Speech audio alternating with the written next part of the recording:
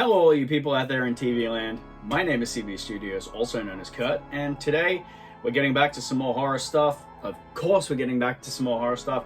The shirt should give it away. The title and the thumbnail of the thing that you clicked on should really give it away.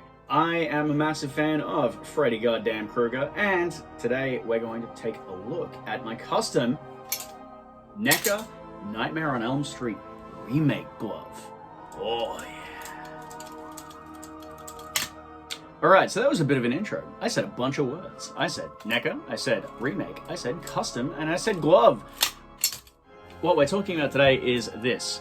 Now, this is my remake Freddy Krueger glove from the 2010 Nightmare on Elm Street reboot starring Jackie Earle Haley. Contrary to popular belief, I actually really enjoy a lot of the remakes that they've done. I find them quite interesting. There's a lot of really cool stuff that they did bring into the fold. The Nightmare on Elm Street one is probably one of the most lackluster because you are trying to replicate Robert Englund as Freddy Krueger. And while Jackie Earle Haley did an excellent job, he kind of made him a little crueler than he should have been, which is weird when talking about a homicidal maniac.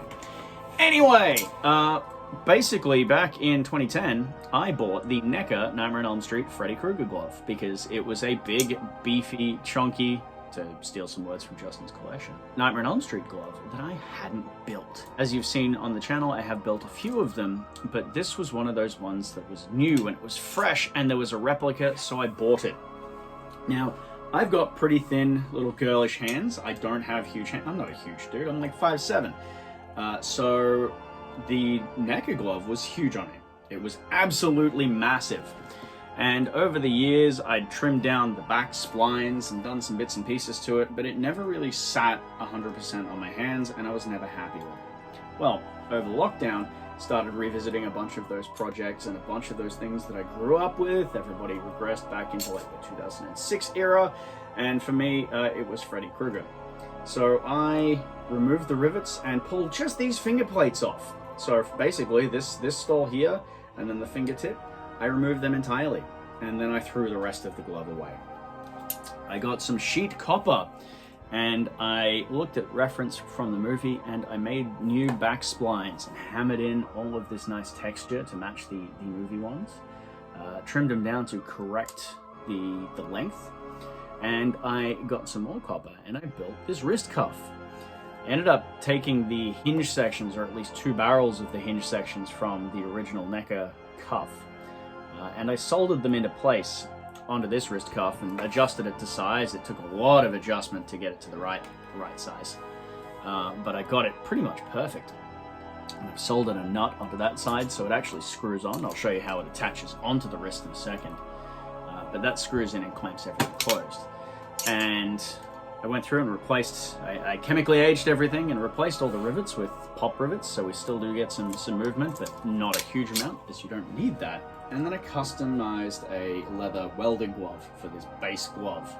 Now, the original NECA base glove had cuts in the palms, which I don't think is accurate, and is also long gone because I cut that apart to use it for the palm glove on my original Captain Jack Sparrow costume. Now, this is a really comfortable glove to wear now. It fits really well. I've got a lot of really good movement on the fingers, and it doesn't feel like my fingers are going to slip out, which is really, really nice. The fingertips are still a little bit big, and one day I'd love to build one of these from scratch, completely from scratch, as opposed to just partially. But for the moment, this certainly suffices. It does just fit on the original plastic hand form, but I don't like displaying it on that because it's changed the balance pretty much completely. It is a really nice, bulky, chunky, evil Freddy glove, and I do think as far as Freddy glove designs go, the remake really nailed this. They nailed the look of what a really spooky, evil glove should look like, and this skeleton backplate is just too fucking cool. That's literally it from me today, guys. There's not a whole lot for me to talk about with this. It's just a show off. It's showing off this really nice, evil looking thing, how cool it looks, and how proud I am that I was able to convert something that I wasn't super happy with into this. It's a really, really fun one. Don't expect to see a Jackie Earle Haley Freddy Krueger from me anytime soon. I'm a little bit too bulky to do that, but I would love to maybe at some point do full prosthetics and do that style, because he's scary. It's very fun. Throw me a subscribe if you are not subscribed already. I've got another Freddy Krueger thing coming in the works. I'm actually doing a tutorial video with the Ruby's Supreme Nightmare on Elm Street Freddy Krueger glove, the Freddy vs. Jason style, to change the glove over, the leather glove on that one, over to a proper leather work glove. And just a little how-to video on that, because I keep getting asked about that, so keep an eye out for that one in the near future. Throw me a like if you enjoyed this video. If you like this glove, if you don't like this glove, don't give me a dislike. But you can tell me down in the comments. I'd love to hear your opinions on the Nightmare on Elm Street reboot. I feel like, aside from the CGI in it, it was a fantastic effort at making a Nightmare on Elm Street movie, and let's be honest, it's one of the only Nightmare on Elm Street movies that's actually kind of scary. So, thanks very much for watching, guys. Until next time.